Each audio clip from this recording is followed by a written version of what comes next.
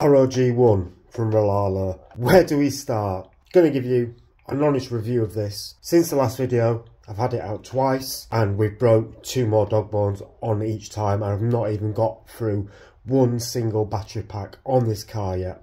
But we'll come to the dog bones in a minute. Before we review this fully, and I'm going to give you my honest opinion, I'm just going to show you the last 2 times I've been out and how I've run it, and just to show you how good this car is and how capable this car is, but how short-lived those dog bones are. I do really like this car for such a small car. It's absolutely awesome. Oh, look at it go.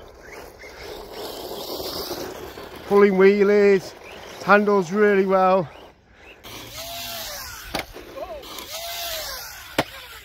Whoa!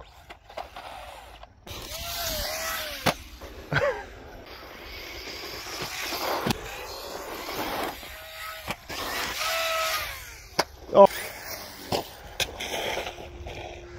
Something's broke. Yep, we've broken another dog bone. Different side to last time. And again, we've not run it long at all. See from that footage, yeah, I'm giving it a good bash.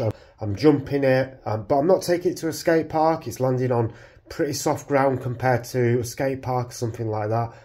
You know, RLAARLO market this as a basher, as a mini basher. You know, they say that it's meant to, they market it as a self-righting car as well, which I don't know if this is causing these issues or not. As you saw from the footage there, I wasn't doing self-righting. I stopped doing self-righting. Let's start with the body. I think looks absolutely cool.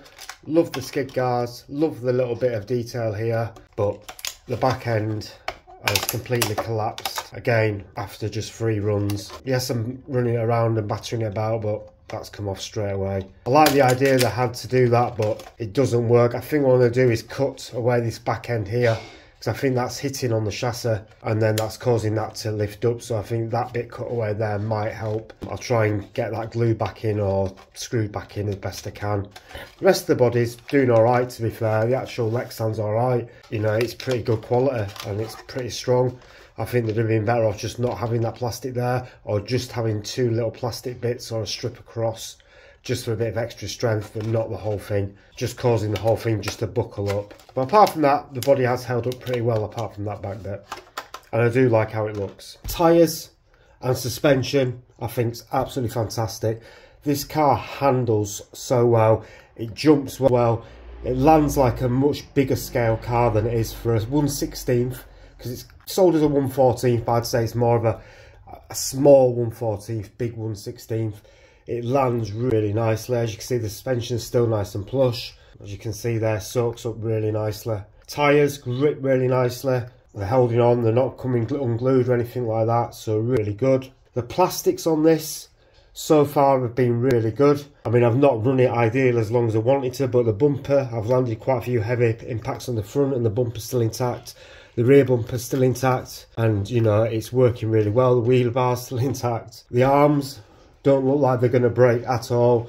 Really nice, strong and working really well. The chassis, again, has stayed perfectly straight. You wouldn't expect it. I mean, it's a metal chassis on this smaller car. It should be absolutely fine. There should be no issues with the chassis. It works absolutely fine, holds together nicely. Really nice part of the car. The steering is absolutely fine, works really nicely, nice and quick. The stock servos seems really good. The drivetrain, the diffs, the slipper is working absolutely fine. No problem whatsoever. I've had no issues with the electrics at all. I think the only thing I would say about the electrics, it would be nice if you could program this ESC, if you could get a program card for it, or if they added something like a Bluetooth or something like that, like MGX have. That would be really nice. But apart from that, the electronics have been spot on. The range has been good. I know a few people have had issues with range. I've had no issues with range. It's been absolutely fine. Motor, again, strong, nice and fast. Doesn't overheat. Really good. Where this is being let down is some of the metals used, I think. So for starters, the dog bones, as I've said, I've gone through 3 dog bones now, and I'm not getting through a full battery pack and the braking. I've tried changing the droop. I've tried changing the suspension. You know, I've not, the last 2 times I've had this out, I've not done the self-righting. They've still broke in exactly the same place where the pins are. This is the last one here. As you can see, the pins just come fully out, snapped and fallen out. Now, you could actually just get some, I don't know, piano wire or some screws or something like that, make your own pins, hammer in. But you shouldn't have to do that, and that's not really a solution that I think is the right solution. Now, the only thing I will say, the dog bones is from RLAARLO. I think these are about $9 for a pair. If you go into AliExpress, I'll put a link below. You can get a pair of these for, I think, £3.60 I paid for a pair of these from AliExpress. They're not under the RLAARLO brand, but they are for this car. So I'll put a link to them, because if you're having to buy a lot of these, then you want to get them as cheap as possible. And they're the same quality. I've got a pair from RLAARLO, I've got a pair from AliExpress, exactly the same. The other down point of this car, I would say, is this.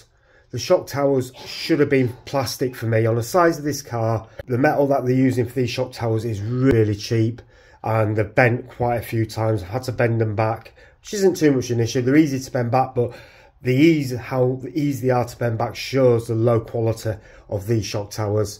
You know, they're not, I don't even think they're 6061. They're just very low quality metal. Being better off just having plastic on there.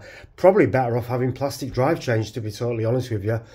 Plastic axles would have probably worked just as well in this car. I've had no problems with the front CVDs, which I know some people have had problems with them snapping as well. It's just the rear ones for me. But yeah, so for that reason, I love this car. I think it handles really nicely. I think it looks cool. But you can't just keep changing dog bones or axles every time you run it. It's absolutely ridiculous that they last, you know, they're not even lasting a couple of battery packs. They're not even lasting one battery pack. I've not gone through one battery pack yet, as I said. So that, for me, is not very good. I think this car has got potential, and I think it's good fun. But until they get some upgraded axles, dog bones for this car, I wouldn't bother. I honestly wouldn't bother. I can't recommend this car, because I think that issue there just spoils it. You know, you get it out of the box, you go and take it for a run, and the break. Yes, and like I say, I am bashing this, but I'm not bashing it really hard. I'm not bashing it really hard for very long. You know, that's it. I'm a reviewer. I'm doing YouTube. I want to make sure that I give you my honest opinion and put a car through its paces. And I'm not able to do that with this car fully, which is a shame. I'm going to leave you some footage of this car, because again, I love this car. I think it runs really nicely, and it's good fun to have out there. So I'm going to leave you the footage from earlier today of this car. I hope you enjoy it. I hope RLAARLO see this, and I hope they get these axles, dog bones fixed very quickly. This car is just going to gather dust. Remember to hit them like buttons. Remember to put any comments in there. If you've got any other solutions to these dog bones or axles, or you found something else that works, please put the comment underneath. And if you are watching not subscribed, please subscribe. I'm trying to grow the channel, so every subscription helps, and it's free, doesn't cost you anything. Really appreciate it. Happy RCing. Thank you.